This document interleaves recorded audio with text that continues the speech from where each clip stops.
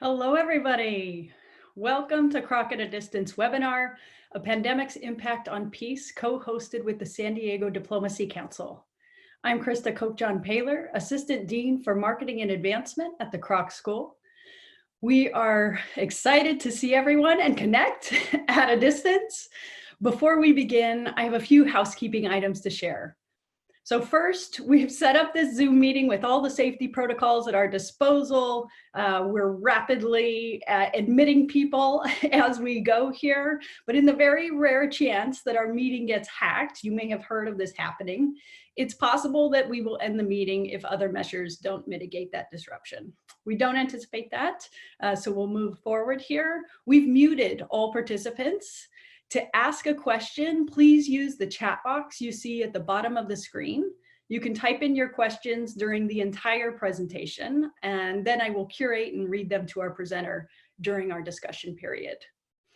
We recommend using the speaker view option for this webinar. At the top right of your screen, you'll see two options, speaker and gallery view. And again, our experience is that speaker view provides for optimal viewing, but it's up to you, of course.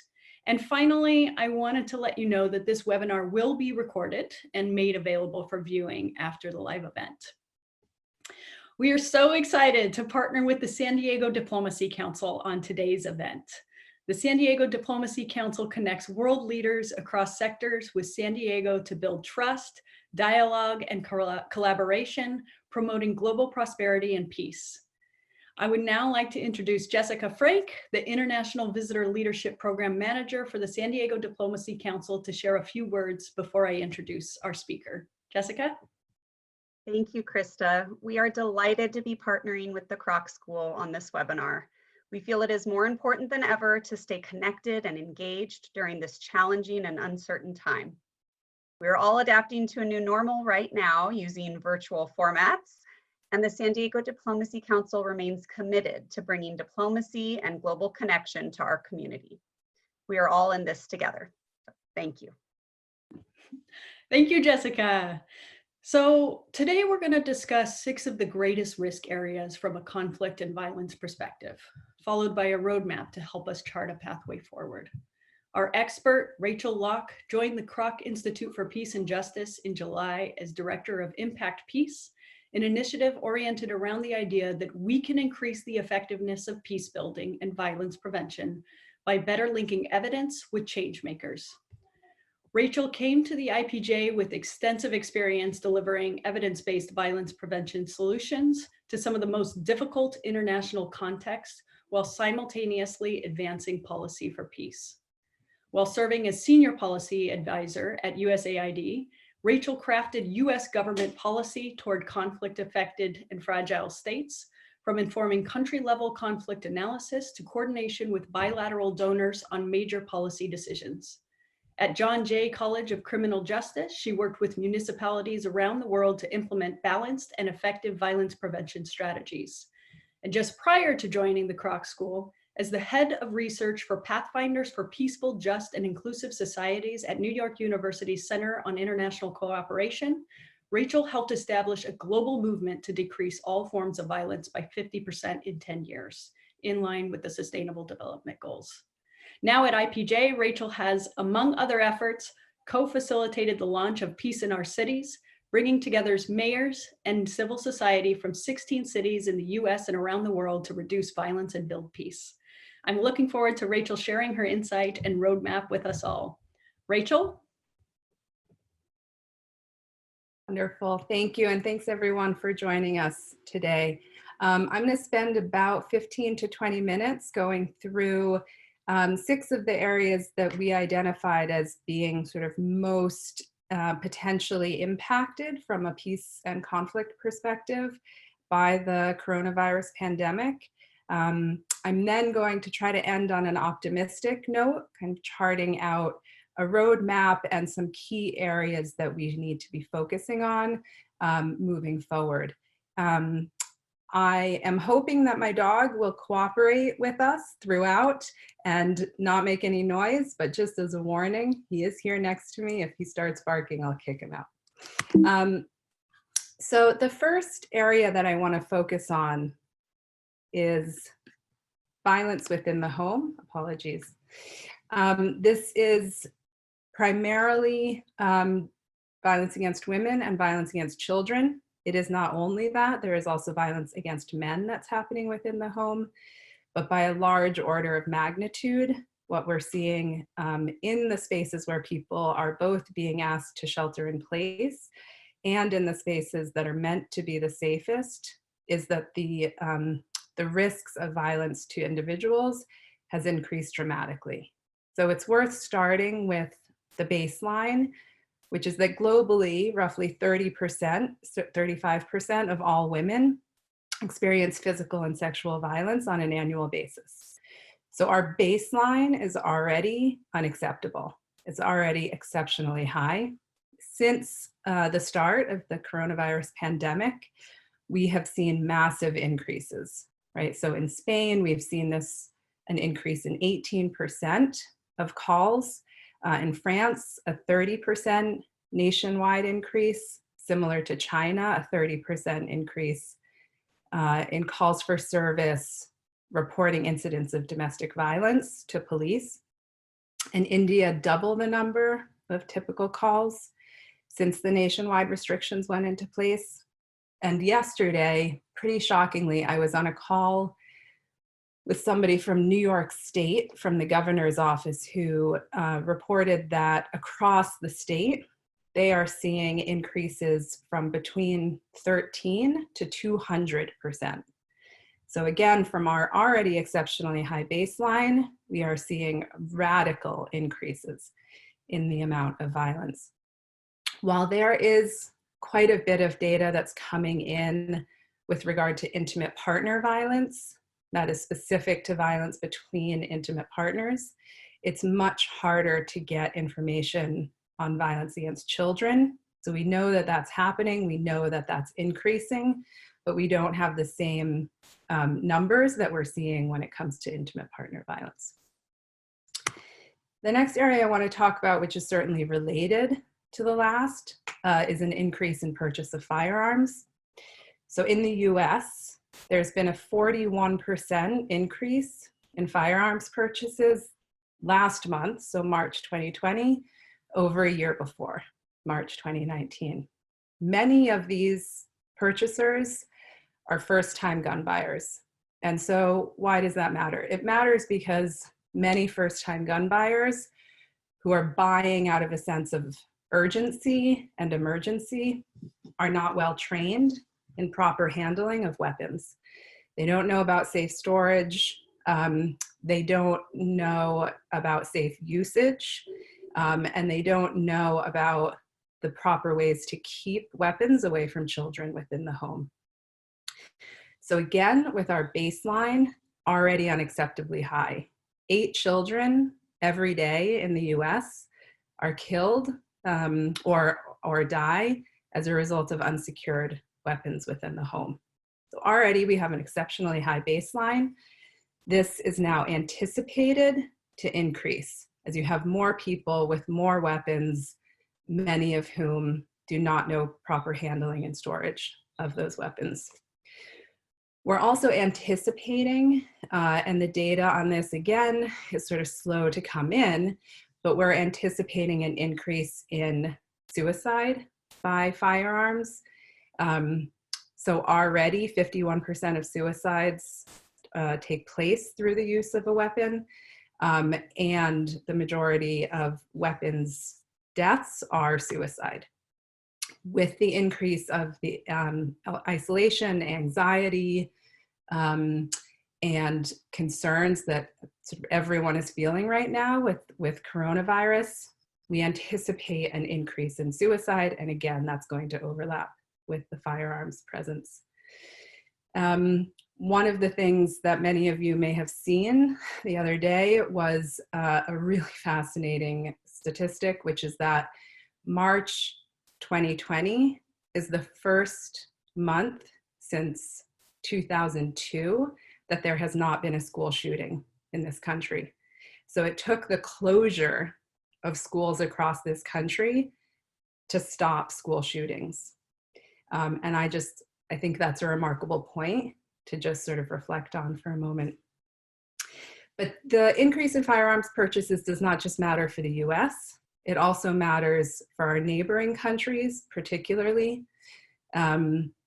We have seen already significant dissemination of weapons from the US to Mexico, to Central America, to the Caribbean.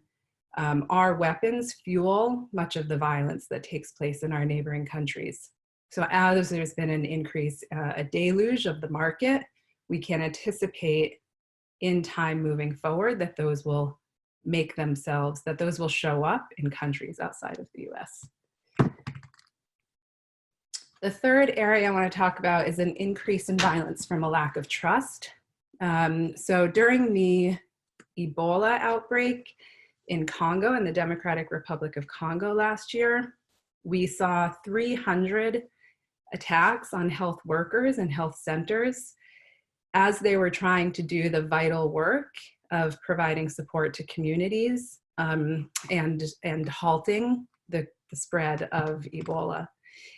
This primarily came from years and years and years of lack of trust between citizens and residents, citizens and non-citizens alike, and governing institutions, including predatory behavior by the state, by police, by the military, and by others. So where you have a lack of trust in the governing system, it makes it that much more difficult for the government to address this pandemic. And we will and are seeing violence already as a result of that. That lack of trust extends as well, not just to national governments, but to our international systems of governance. So we have seen attacks on, and a huge amount of conspiracy theories proliferating around the WHO, the World Health Organization, around thinking that the WHO is using this as a way to take over, to infiltrate communities and societies. And we are seeing direct attacks on health centers and on international actors as a result of this. We are also seeing the direct attacks on our systems of international governance, weakening their ability to do things like support peace processes in situations of armed conflict. So this isn't the reason for the increase in armed conflicts globally since the year 2000, but certainly a diminishment of our international systems of mediation and support to international cooperation makes it much more difficult to get truces in place to support necessary peacekeeping missions internationally. All of the work that our international systems are meant to do from a peace and security perspective are made more difficult because of this lack of trust in our international systems. This also will make it much more difficult as our humanitarian needs ramp up, which they will be doing dramatically in the coming days and weeks. So this pandemic in the early days and weeks hit Europe, it hit the US, it hit primarily places that have more international travel. It is making itself, making its way much more strongly now to the global South. So countries that have much weaker and much more limited health systems are just now beginning to feel the full force and the full brunt of the coronavirus. And so I put here a few countries just to make very, very clear how shocking of a challenge this is going to be.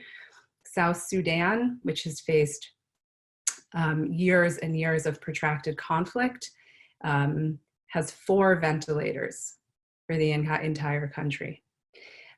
Northeast Syria, host to a huge number of displaced persons, has 11. Sierra Leone, 13.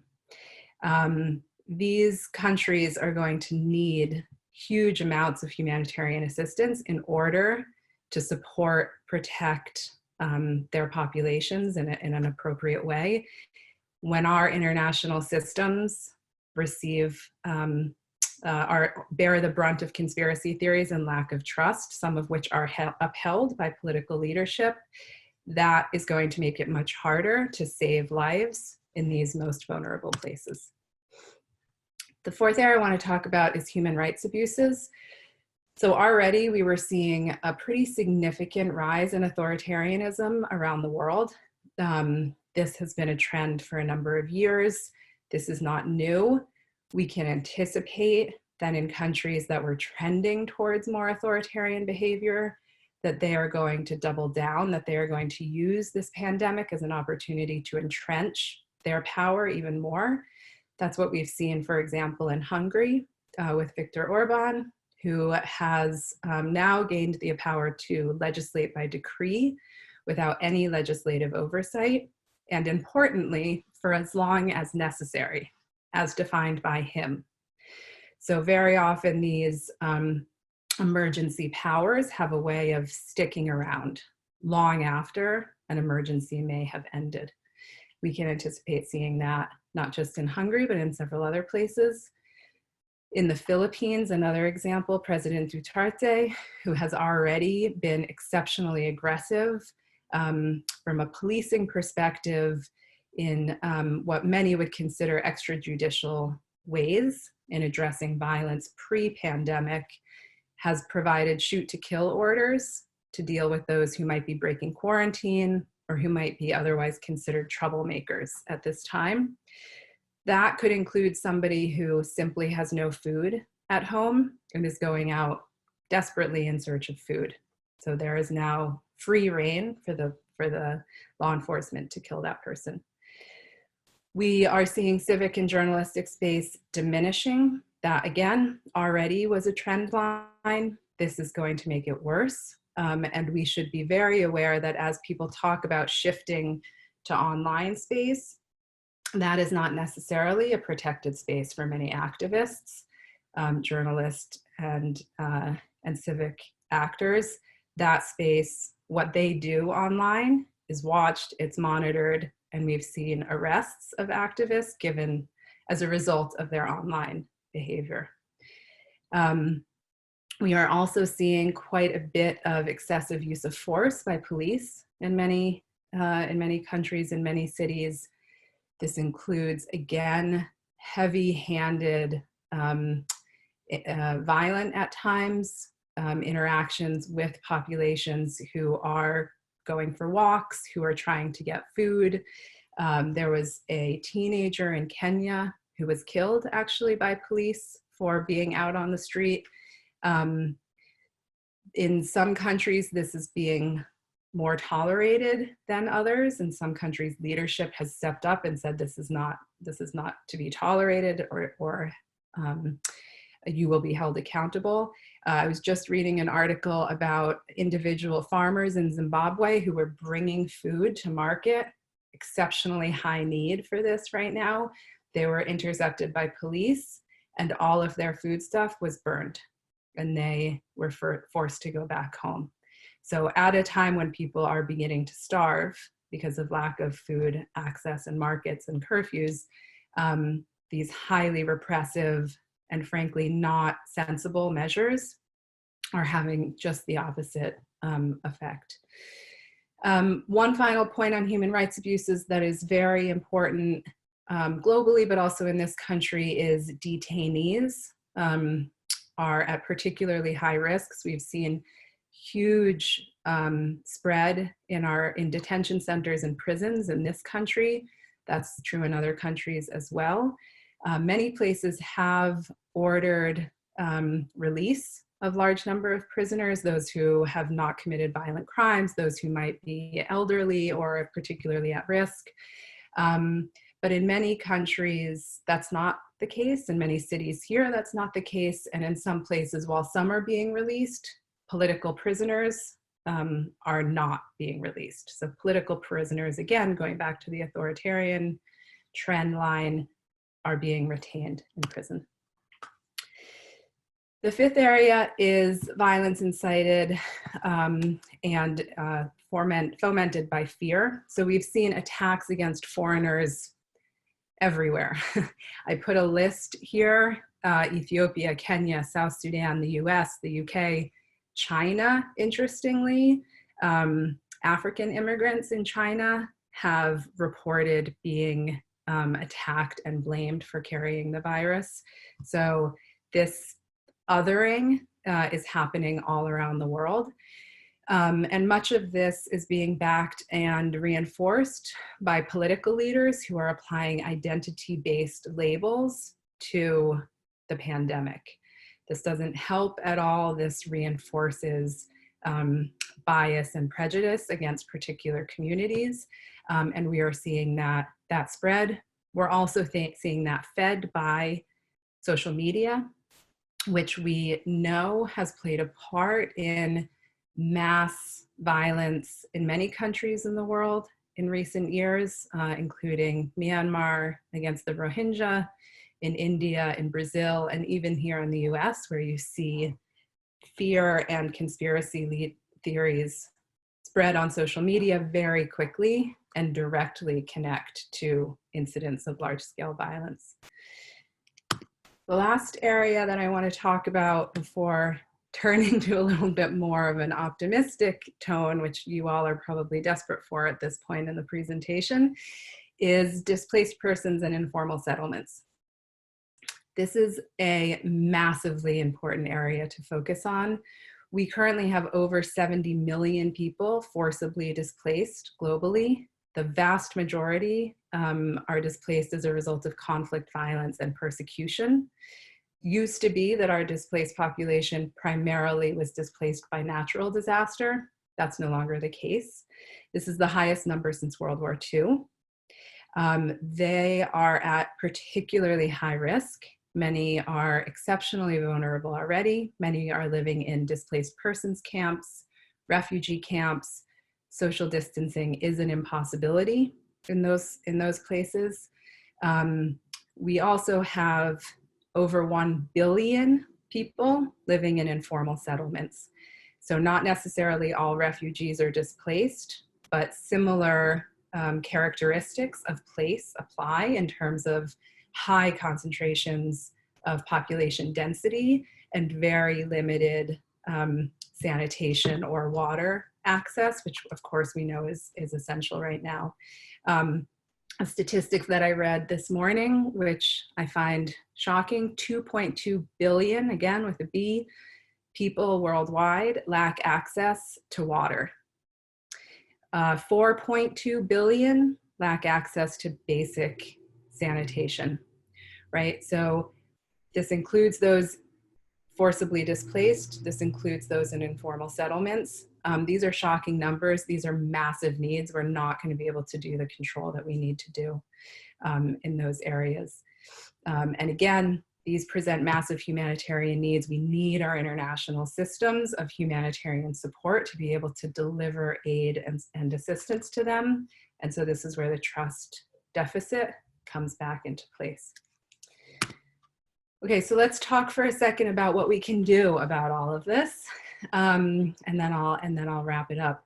So one of the things that is emerging very clearly is that coronavirus and the effects thereof does not impact everyone equally. And this is not just about age. This is very much about inequality. Who has access to sanitation? Who has the ability to shelter at home and be safe? Who has a regular supply of food and who doesn't? Our world has been seeing a steady increase in inequality. That inequality is coming home very much to roost right now with the coronavirus pandemic spread. That inequality is also very much connected to violence. High levels of inequality often are a condition for increased levels of violence. So we need to be addressing our inequality. We need to be recognizing how insidious it is and how much impact it's having, and we need to be working to balance. The second area, we need to really understand better and reinforce legitimacy and positive relationships between state and society. So this isn't just where there's a deficit in legitimacy. It is most paramount where there's a deficit in legitimacy. So if I don't trust my government and they tell me to stay at home and not go out, I'm not going to do what they tell me to do, right? And I'm going to be resistant to that, and there's going to be friction there. So it's essential that governments communicate effectively. When they can't do that, it's essential that governments find credible messengers to help them communicate effectively. And it's essential that we recognize the imperative of having a positive relationship, which takes work. And in many instances, it takes governments discontinuing negative practices towards certain communities that have existed for decades or centuries. This is always important work. It's even more paramount right now. And the last area we need to take action on is reinforcing social cohesion, including through protecting online space. So again, this is where the rapid rise in conspiracy theories is really diminishing, has the potential to diminish social cohesion as there's an othering and a blaming based on identity. And we need to really leverage the amazing increase in mutual aid and collective action and support that we're seeing around the world, and double down on that and see how resilient and how strong many of our communities can be. And don't just leave that here. Let's continue to recognize that, to support that, to grow that moving forward. I'm going to stop there. I know there's some questions, and thank you all very much for your patience as I went through all those. Thank you, Rachel. So as a reminder for the audience, all participants are muted. To ask a question, please use the chat box that you see at the bottom of the screen, and I'm going to curate and read them to Rachel here. So we do have a couple lined up, and Rachel, I may read a couple to you at a time. Let's start with, I am wondering what the United Nations is doing or saying as civic violence is rising. And then a second one of, are there any places that are more vulnerable to violence amidst COVID-19, like cities? Great, thank you. So the UN is doing a huge amount. The UN Secretary General has called for 3 ceasefires. Actually, the first one was a global ceasefire that was most particularly focused on areas of active conflict. So there were, and we saw in response to that, 12 situations of active conflict from Libya to the Philippines to Ukraine actually take steps in response to his call for a global ceasefire. Not all of those steps have held, and there's a question as to whether or not this call will result fundamentally in a cessation of hostilities. But that's the first one. His second call was a ceasefire of violence within the home. And that, again, was recognizing the high spike and high levels of violence that we're seeing against primarily women and also children within the home. And he also called for to pay better attention and have a ceasefire of dissemination of mistruths and propaganda that's happening online, again, out of a recognition of the rapid and very, I use the word sticky to mean, something that really is hitting people and it's staying with them, spread of conspiracy theories that are undermining the ability to really stop the spread and support people who are affected by coronavirus. So those are 3 big areas. There are also, UN system at country level is doing much of the work that it always does. So, for example, a humanitarian corridor was just opened in Ethiopia to provide supplies of medical supplies, food supplies across sub-Saharan Africa, working with Ethiopian Airlines and others, so that the UN, the WHO, and others could facilitate the importing of supplies and that those could then be disseminated. The UN also at country level working with public health, national public health agencies on trying to figure out the best communication strategies, providing information on how people can best protect themselves. So there's a huge amount of work that's being done across the UN system. The second question, places that are more vulnerable to violence. So I would say the places that are the most vulnerable to violence are the places where you see some of what I was talking about already. So some of the places where you see the lack of trust between government and society, where there's a breakdown in legitimacy, where social cohesion has been eroded for quite some time usually. Also where you have access to weapons, right? And where you have other kind of underlying conditions. So certainly where you have a household where domestic violence has been an issue, you're going to see an increase in violence there.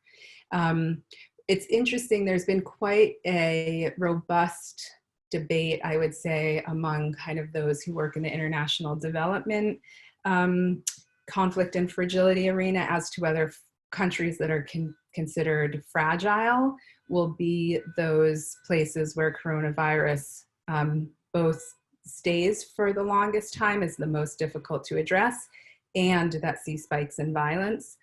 I actually don't think that's the case. Many countries that are considered fragile are exceptionally resilient.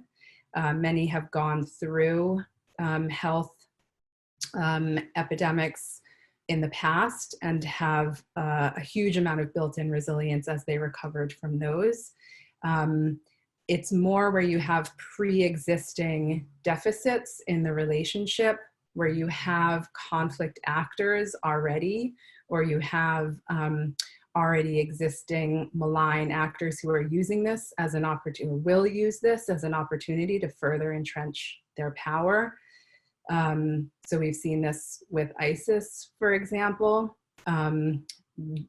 spread their own conspiracy theories about what the coronavirus is, where it came from, as a way to further their own interests and their own power. We've also seen in other places, as there's been a shift of police and security from rural areas to urban areas, we have seen a concern in attacks in rural areas. So the answer to the question is it's very complicated. It's very country specific. It's not as easy as fragile states or lower income states or middle income states. It's going to be very highly contextualized. And what that means is that all of us who care about these issues have to really be focusing in highly contextualized way and making sure that whatever our response structures are, that they are not pro forma, but that they are matching the context on the ground. Okay, and speaking of responses, this question comes: as the focus on international organizations to respond increases while their trust declines, I'm curious where you see regional actors mobilizing pandemic response with greater success. Models for the rest of the globe? Are you seeing anything there? So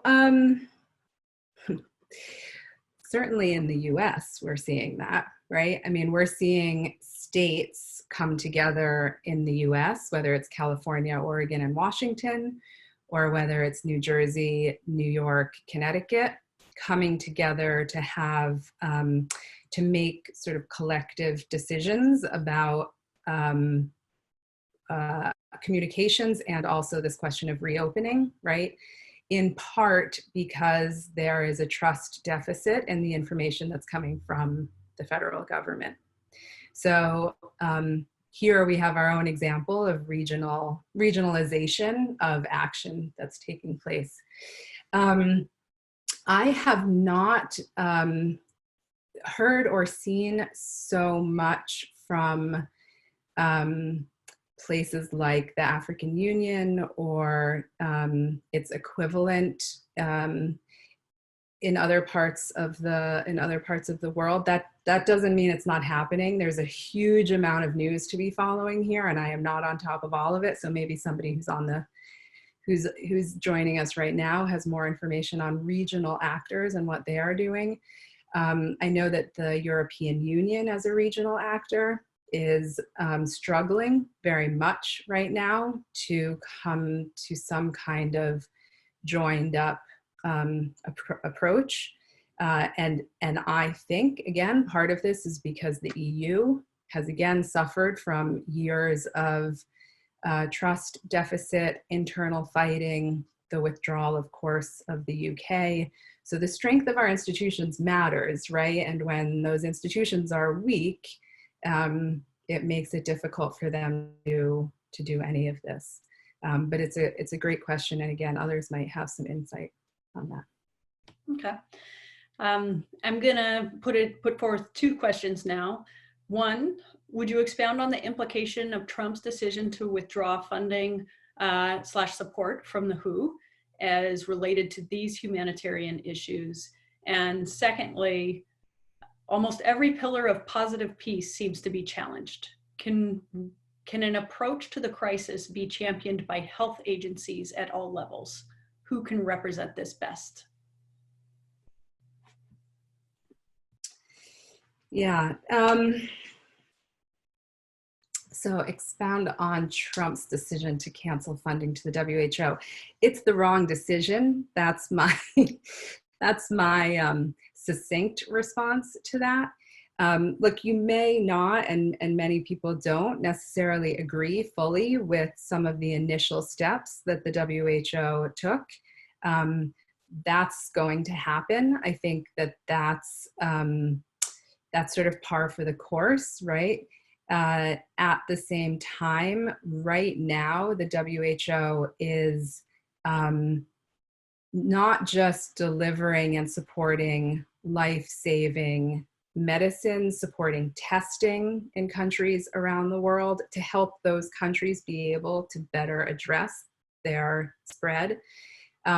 They are also essential for collecting data and knowledge on the virus, on the characteristics of the virus in different places in different parts of the world, and for making sure that countries are able to work together on joined up strategies. So eliminating funding from such an essential organization at such a critical moment is just the wrong decision, whether or not you think that it has been unfair to Taiwan in the beginning or is overly influenced by China. I would also say that the US has been pulling back from a leadership role across the multilateral system for several years now. So if we don't lead and we don't invest in these organizations and having them kind of model what our priorities are, then we might not like exactly the way that they operate. But pulling back funding isn't the right answer to that. And I think what we've seen is actually a stepping up of other governments, including the UK government, who very quickly committed to increase in funds. We've also seen private contributions. So I just an hour ago was having lunch and somebody sent me something that Lady Gaga has raised $35 million for the WHO in a week, right? So this is great. We're going to see people and others stepping up. But it's unfortunate for a country as important as ours and a country with the resources that we have to not be sharing those with the rest of the world. From a positive peace perspective, I mean, I talked a lot about violence. I talked about direct incidents and forms of violence. I actually think if we focus on the mutual aid and the collective action that's taking place, there's a huge amount of positive investments in communities, in resilience, at the individual, at the household, at the community level, that I think needs to be much more part of the conversation, and probably should have been much more part of my conversation. There is a way to reframe the discussion around positive peace. At the same time, we can't kind of take our eye off the ball of those who are most vulnerable from a violence perspective. So we have to be doing both at the same time. What we have seen in many places is actually collaboration. The second part of the question was about public health workers. We've seen collaboration between public health workers and those who do the really essential work of violence interruption. So working with those who are most directly causing or inciting violence. They are credible messengers, they're members of the community who are trusted, and typically they work on interceding with group or gang violence. We are seeing them in many places deliver public health messages. And we are seeing an alignment between public health workers who are trying to get these messages out and those who are serving as violence interrupters. So I do think there's absolutely a relationship there. And there was a great article in The Trace, if anyone reads that, just this morning about this very topic. Okay. We have 3 minutes and 3 questions left. So I'm gonna put them all at you and see if we can get through these in the next couple. And those are, as we are encouraged to fight this by staying at home as the most important measure, how best should homeless people be supported? Secondly, do you have any statistic related to abuse with the immigrant families in San Diego or other cities within the US? And lastly, overall, how do you think violence will evolve or alleviate as we open the country and its states and learn to coexist with COVID-19? Okay, so two to 3 minutes to answer these. So I'm actually, I'm not an expert on this, and so I don't think I'm well positioned to answer that question. There are a lot of people that are doing a lot of great work on this, and I encourage you to find those resources. I don't think that I'm the best person to speak to how best to serve that population. With the immigrant community, I think there's 2 things, right? I think our immigrant community in the US was already, again, at a trust deficit as a result, in part, of some of the steps that this administration has taken. So we had already seen, for example, in many cities across the country, when there was a step up in immigration and custom enforcement action against particular communities, we had seen really steep declines in calls for service to police from some immigrant communities, because people were afraid that if they called the police to report on violence within the home or violence that they saw, that they would be at risk of deportation, or somebody in their community would be at risk of deportation. So again, there was already a trust deficit. I think that we can anticipate that that's going to have some overlap here with how people access health services. So we've heard a lot of stories of people not going to hospitals for the very same reason. They're afraid that if they go to a hospital, their status will be questioned, and they or their family members or others in their community will be put at risk. So that's not just a risk to them, that's a broader community risk, because if they have it and they're not treated and they're not tested and they don't know they have it, that of course presents a risk to a broader community. With the 30 seconds I have left, how are we going to see violence evolve? You know, it's interesting because many people, including myself at the beginning, sort of anticipated that we were going to see a reduction here in the US of what we call community violence or violence on the street. Mainly this is what people often call gang violence or group violence. In many cities, that actually hasn't gone down. In fact, in many cities, Chicago, Philadelphia, Newark, I think, we have seen actual increases in community violence. So not only are we seeing the increases in violence within the home, but in some places we've seen increases in community or group violence. Lots of hypothesis as to why. The violence of this sort tends to ebb and flow, but also police departments are under significant burden right now. 1/6 of the New York Police Department was out last week in quarantine or having been sick, right? So not just police, but others, social service agents and others who typically are responding much more quickly to violence are not able to do that as rapidly. So how that evolves going forward is a question mark.